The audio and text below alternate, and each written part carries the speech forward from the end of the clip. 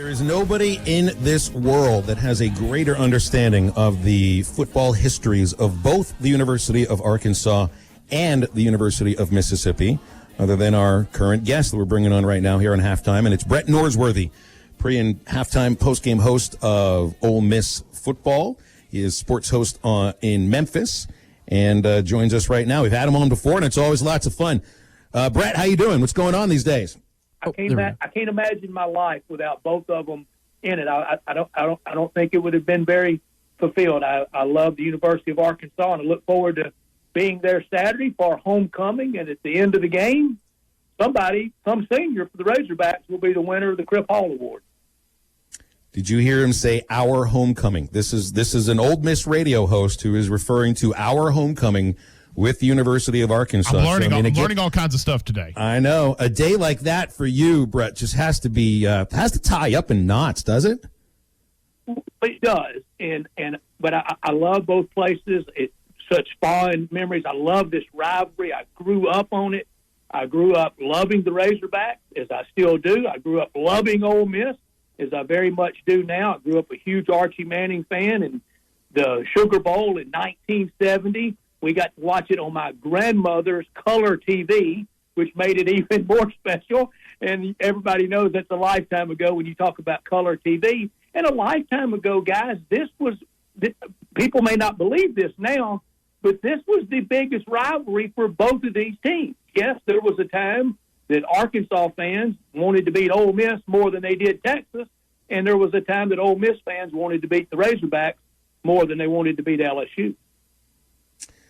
Well, certainly Arkansas fans would like to beat anybody these days, and after the win over Mississippi State and then having their hearts ripped out and showed to them and then told to like it by the SEC office this last Saturday, I think they're drooling for another one. So let's talk about your head coach here, because I would say that the two coaches that seem they have fit the fan bases in this league, the new hires, better than anybody, are the ones that are facing off at Razorback Stadium this weekend, because Sam Pittman just comes off like an Arkansan with tons of pride in the program and very honest spoken, and is about toughness on the offensive line. And I don't know, from my perspective, I think from a lot of our perspectives here in Arkansas, Lane Kiffin was about the perfect hire for Ole Miss. And when you watch the way they played these first 3 weeks, at least offensively, I guess you'd have a difficult time arguing against that.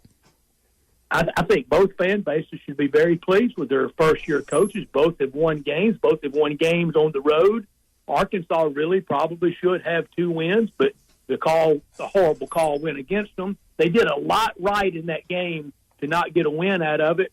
And both of these fan bases sitting at 1 and 2 are pretty darn pleased. Somebody will be really pleased late Saturday, because someone's going to be 2 and 2.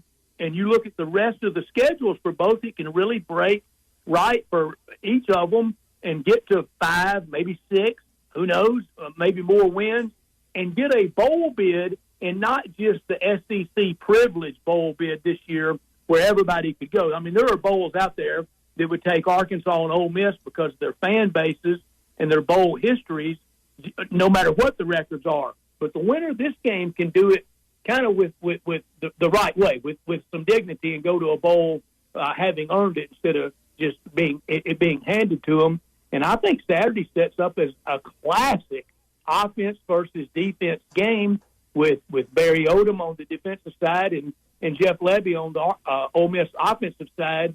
And I know Barry Odom pretty well from his days at Memphis, and he was the coordinator on the defensive side to hire last year, and Sam Pittman got him. And it's not a lot of fun right now being a defensive coach, because everything is made for the offense. It's what TV wants. It's what fans want. And it's what we're mostly getting. The 3 game plans that Barry Odom has had drawn up, and the execution of those 3 game plans, it has been a masterpiece. Nothing short of miraculous what he's done. And I mentioned that Crip Hall Award winner to the senior. Right now, I've got circled Grant Morgan to win that. When I look at this Arkansas defense, I see 4 or 5 guys out there that really like to bring it and are old classic Razorback tackling thumper style football players, and I like that. We got Brett Norsworthy here with us on Halftime. Brett, you bring up defense in the SEC, and I'll bring it back to Arkansas Ole Miss in a second, but What do you think's attributing to just the lack of defense? And it's not necessarily just with Ole Miss or Alabama, any team. The defense for the SEC this season's been very bad. I mean, to be completely blunt, I mean, what do you think's really attributed to the lack of defense in the SEC so far?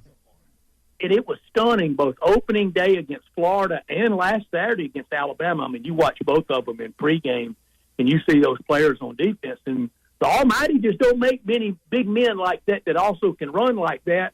And then the game starts, and Florida and Alabama both were not very physical. It wasn't very nasty, and it was hard to believe. I think the odd year that we've had, spring and the fall camps that we had have attributed to it. There's not a lot of tackling drills anymore in football. Oddly enough, in football, the school most associated with the most common football drill in the history of the sport. Little League football teams run the Oklahoma drill, and the team that it's named for may be the softest team out there, Oklahoma. That's a good way. That's a guy from Arkansas right there. That's what I heard. That's fantastic. I love it. Brett, I also wanted to kind of get your opinions on, we've seen a lot of injuries, particularly here with the Razorbacks. We don't know the statuses of Rakeem Boyd and a bunch of Grant Morgan possibly being out, Bumper Pool, just with a lot of injuries, not necessarily just with Arkansas, but across the board. I'll phrase it this way: what do you think's attributing to so many injuries? Is it the lack of preseason and summer ball? Is it just one of those weird things that goes along with 2020? I mean, what's leading up to so many injuries? Well, I think it's a lot of those things, and you can throw about anything into the hopper for 2020. Whew! Yeah. Man, New Year's Eve, everybody should celebrate like Prince begged us to in the song 1999. Good riddance 2020. But I think when you don't practice it, then when you do it for 3.5 hours on game day, that it's going to lead to that. And we've noticed those injuries on the Arkansas defensive side. But I love how aggressive they're playing and what solid tacklers they are. And it just proves once again that John Chavis stole more money than Frank and Jesse James ever did. You got that right. When you look at Ole Miss and Arkansas, this matchup coming up, I think it's going to be a big-time offensive matchup on both sides of the ball. But I want to focus on the Ole Miss defense we talked about just allowing so many yards defensively. What's the problem right now with this Ole Miss defense allowing nearly 300 yards passing and 300 yards rushing a game? Well, it goes back to the recruiting, and some people may say, boy, that guy will blame Hugh Freeze for about everything, and they mostly would be probably right on that. But Hugh Freeze's recruitment of a 25-person signing class was basically signed 20 wideouts, 2 quarterbacks, a tailback, and a linebacker, and if I'm leaving somebody out, maybe another offensive player. And that just finally caught up with the roster attrition, the personnel on defense. It's not D.J. Durkin's fault. It's sure not Lane Kiffin's fault.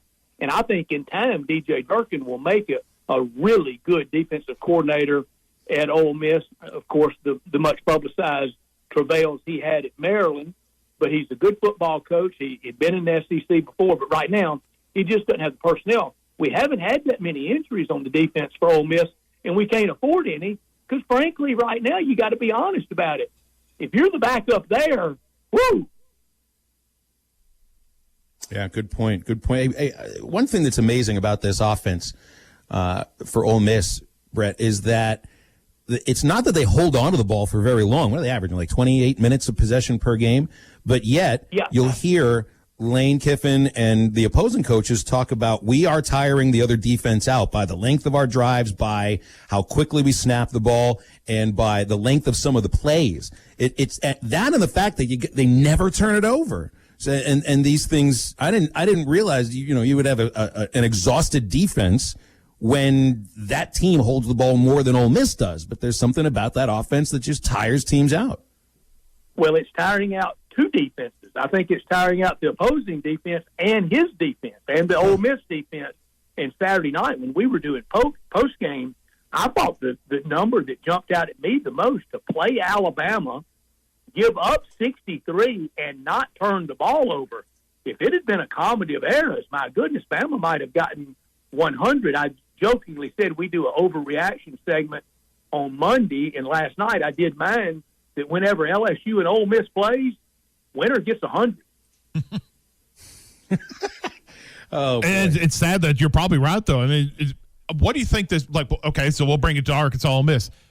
Is it pretty much the highest scoring team is going to win, or what do you think the difference will be in Arkansas Ole Miss this Saturday? I think the box score nugget, of course, the best one's the final score. That always tells you who wins. But the box score nugget, I think, to keep an eye on Saturday when we see it after the game, let's see how many times the punters have been out there. Because so far in most of the Ole Miss games, the punters have been the first to the hot water because they haven't been used very much in the game. Saturday, I think for Ole Miss to win the game, they've got to make Arkansas punt 5, 6, 7 times. And with the way the Razorback special teams have performed now for a while, might need to either block one of them or return one of them pretty far. And then on the other side, if Arkansas is making Ole Miss punt and then try to almost go into 4 corners in football, almost a stall tactic, almost the old Eddie Sutton over Abe Lemons 39-38 game, that's the way they need to win it. And that would probably be the winning score Saturday for Arkansas to win the game. I think for Arkansas to win the game, it's got to stay in the neighborhood of something in the 30s. Anything above that, I think, probably is to Ole Miss's favor. Brett, we'll leave it there because we're out of time here. I hope you travel safe to Fayetteville and have a great broadcast, of course. Enjoy the game and homecoming, and definitely look forward to talking with you later on in the athletic season. I will. Thank y'all so much for having me. Thank you. You got it. That's Brett Norsworthy of Ole Miss Athletics, Arkansas graduate.